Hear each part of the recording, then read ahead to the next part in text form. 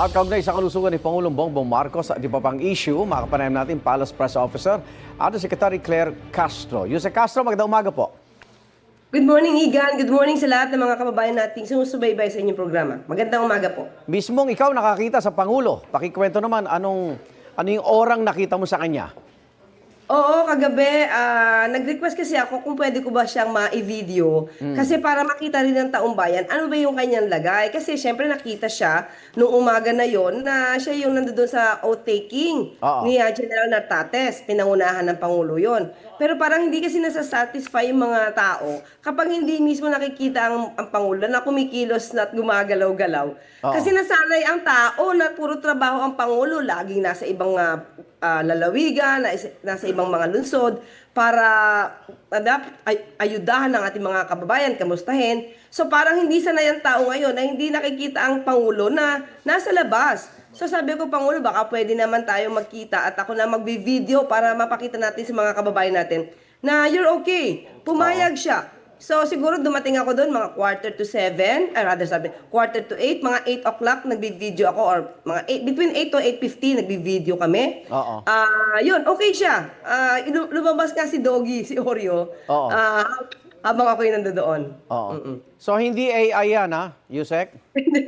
Nasa akin yung raw. Pwede Oo. nating ipasuri. Nasa akin ang raw. Okay. Cellphone lang yon. Gamit ko lang cellphone. Sabi niyo po, hindi seryoso yung sakit ng Pangulo, pero hindi po ba mainam na maging fully transparent daw dahil sa interes ng buong bansa ang kanyang kalusugan?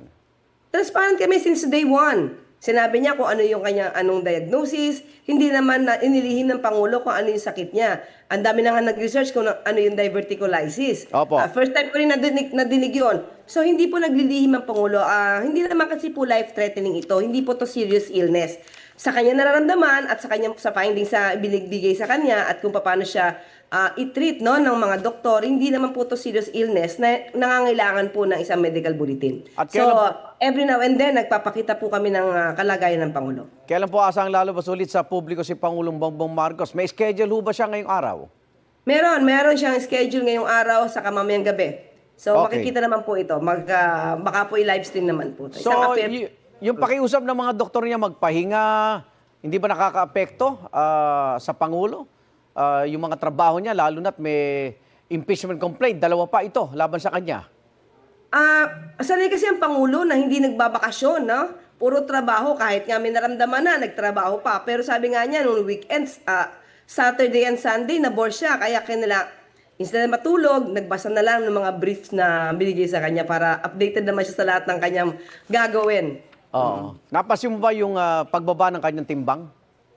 Oo, napansin din niya nung nag-selfie kami. Sabi niya, pala, medyo bumaba, nangayayat daw siya. Kasi po, di ba, ang bilin ng doktor para daw hindi ma-stress yung bituka niya, dapat soft diet. So, namiss niya na yung steak at napaniginipan niya kumakain siya ng steak. Pero good news, kagabi, nakakain na daw siya ng burger. Okay. Handa ba siyang humarap dito sa House Committee on Justice? Napag-usapan na ba yan? Hindi pa po, pero alam naman po ng Pangulo ang procedure. Hindi naman po yata siya mapapatawag dahil alam po ng procedure. Alam po ng Pangulo ang procedure dyan. Okay. May bagong impormasyon tayo kay Congressman Saldico. Nasa Sweden daw noong January 15, wala sa Portugal. Kamusta yung hakbang ng gobyerno para siya mapauwi sa bansa?